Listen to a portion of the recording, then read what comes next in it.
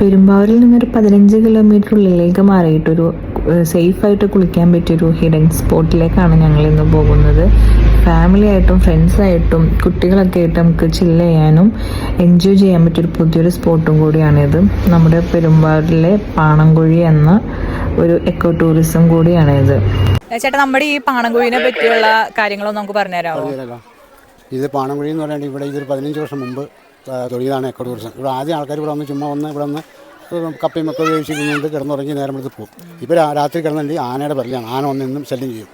പിന്നെ ഇവിടെ എന്ന് പറഞ്ഞാൽ നൂറ്റാണ്ടുകൾ പഴക്കമുള്ള ഭയങ്കര മരങ്ങളുണ്ട്, മരമുത്തശ്ശന്മാർ, അതൊക്കെ പോയി അതിൻ്റെ ഫോട്ടോ എടുക്കാം. പിന്നെ ഫിലിം സെൻ്ററാണത്, സിനിമ പിടിക്കുന്ന സ്ഥലമാണ്. കൂടുതൽ 150 പടത്തോളം പിടിച്ചിട്ടുണ്ട്. ഇനിയിപ്പോൾ ഈ അടുത്ത ആഴ്ചയിൽ പടം പിടിക്കാൻ വന്നിട്ടുണ്ട്.